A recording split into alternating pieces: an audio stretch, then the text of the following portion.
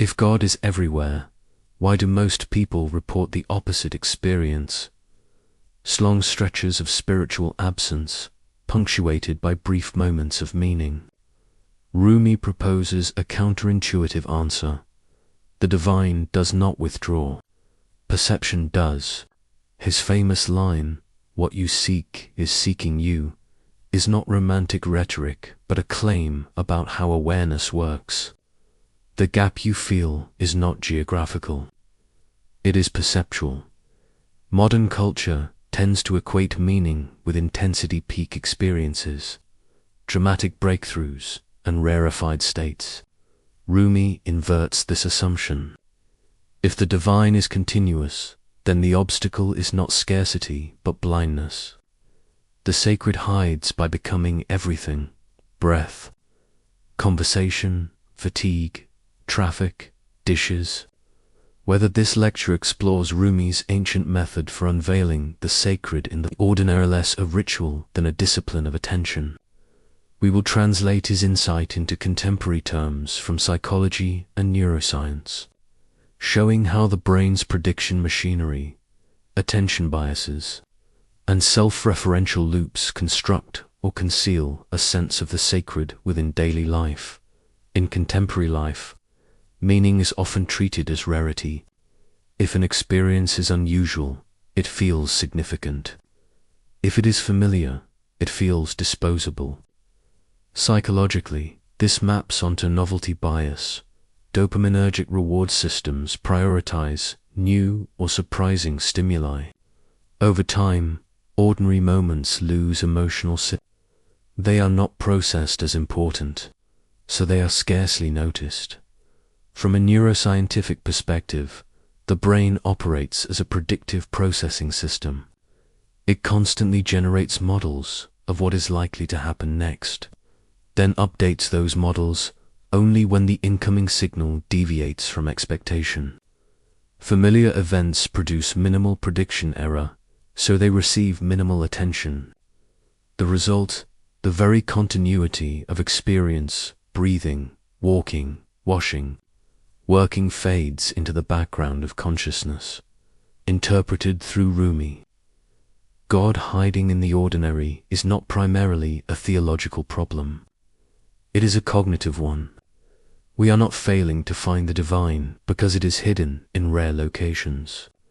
We are failing because our perceptual system downweights the continuous and foregrounds the exceptional.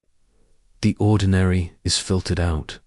Rumi's method begins exactly where modern attention falters, retraining perception to register significance where habit has set the gain to zero.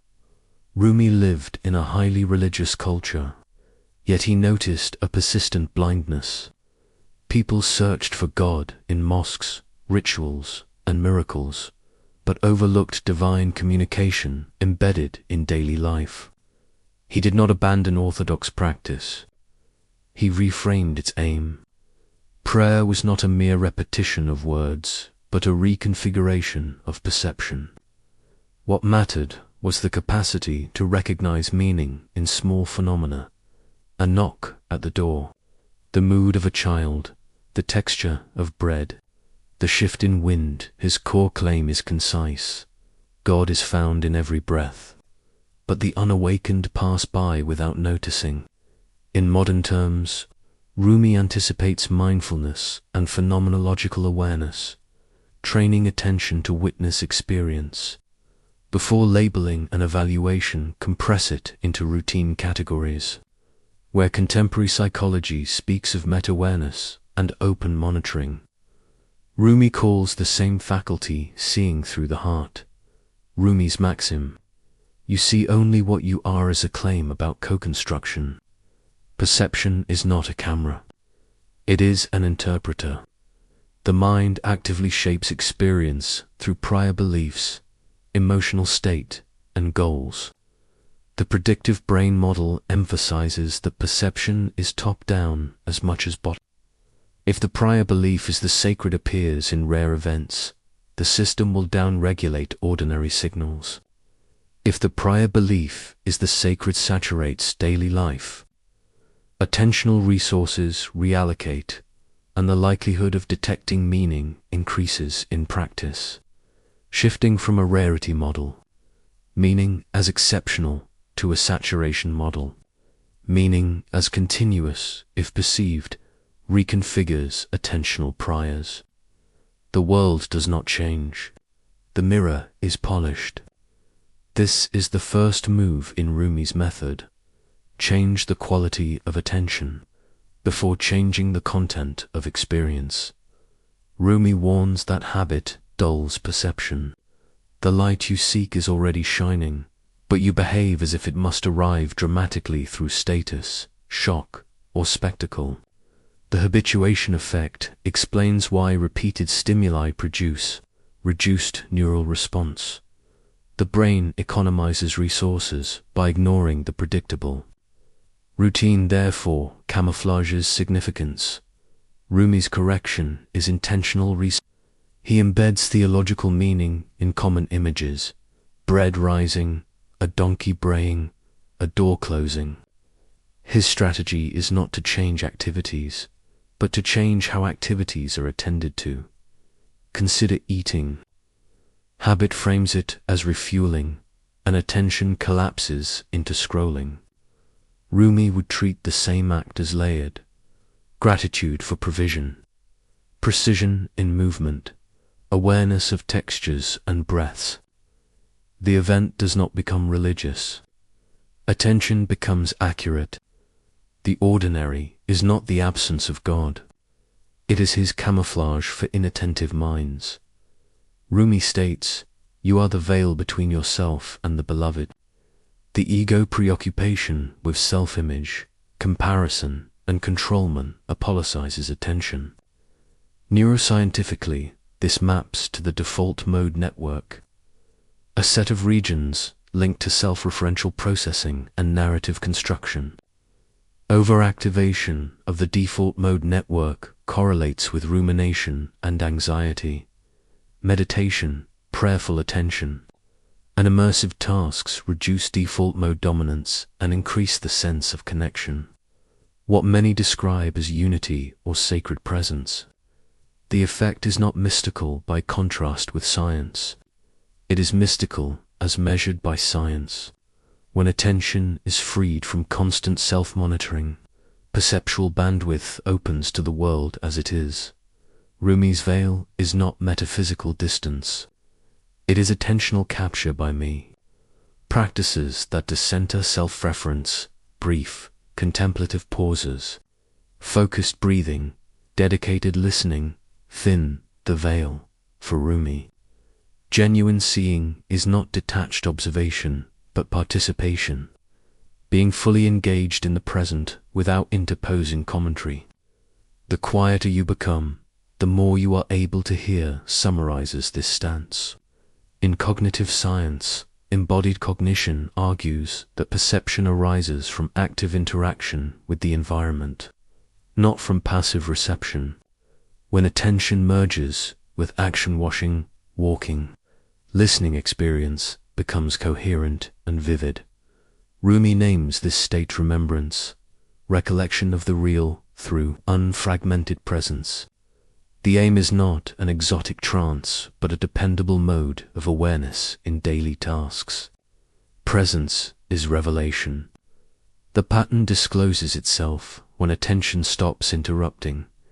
God hides by revealing too much. Rumi's claim can be read through the principle of saturation. The infinite exceeds the capacity of finite attention. Human perception, optimized for change, detection, filters out constants. Thus, omnipresence becomes invisibility. Theologically, nothing is missing. Cognitively, almost everything is back. Recognizing this mismatch reframes the absence of God as an issue of attention thresholds, not divine distance. To find the divine, stop searching. Seeking assumes separation and encodes expectation, both interfere with perception. Rumi's instruction resembles the non-striving principle in mindfulness. Research, releasing the compulsive pursuit of a particular state, reduces cognitive dissonance, and increases clarity. In his language, the one who looks for God has already looked away. The point is not passivity, but precision. Allow awareness to meet what is present without projecting a concept of what should be there. Rumi's method is it modifies how we know by removing conceptual filters and egoic narratives until perception and divinity are no longer experienced as separate categories. The sacred is not an object to be located, but a mode of seeing to be learned. Rumi's metaphysics translates cleanly into behavioral terms as attentional retraining. The aim is to cultivate sensitivity to ordinary phenomena without premature labeling. Mindful attention cultivates non-judgmental awareness of present moment experience, improves emotion regulation, and reduces attentional capture by intrusive thought. Mechanistically, it rebalances large-scale networks by decreasing default mode activity and strengthening executive and salience systems. Flow states describe deep engagement where action and awareness merge. Self-evaluation quiets, and sensory detail intensifies. Everyday tasks can induce microflow with clear goals, immediate feedback, an appropriately matched challenge. Savoring deliberately attends to and amplifies positive features of ordinary events, increasing well-being and countering hedonic adaptation. Practical protocol, anchor. Select one routine, act making tea, tying shoes, greeting a colleague, sensory scan, before labeling. Register micro details, temperature, textures, angles of movement. Micro-sounds. Narration check. Notice when inner commentary starts evaluation, judgment, prediction. Suspend it for 10 to 15 seconds. Participate. Continue the act while attention rests in sensation and timing. Close. Name one precise feature you noticed that is usually ignored. Record it briefly. Over time, this protocol shifts priors from ordinary as irrelevant to ordinary as information-rich. In neural terms, you are training the salience network to re-weight familiar stimuli, reducing narrative dominance and increasing direct engagement. Behavioral outcomes include measurable increases in awe, gratitude, and daily positive affect, improved attentional control, and reduced existential anxiety. In Rumi's frame, the same outcomes are evidence that remembrance has begun. Rumi's claim that God hides in ordinary life is best read as a perceptual science rather than a mystical exaggeration. The divine does not conceal itself. Human attention filters it out through habituation, novelty bias, and self-referential processing. His ancient method, attention as revelation, reverses these biases by polishing the mirror of perception. When attention unbinds from the self and anchors in the present, the world regains coherence, vividness, and meaning. This is an epistemic shift. The sacred is not an exotic object, but a mode of seeing. Practically, the shift is trainable through brief, repeatable exercises that recalibrate prediction, reduce default mode dominance, and elevate salience for the familiar. Rumi's line about the shattered mirror is instructive. The truth was a mirror. It fell and broke. Each took a piece. The work is to polish your fragmenture attentionant till it stops scattering light. Then the ordinary no longer conceals. It discloses, asterisk.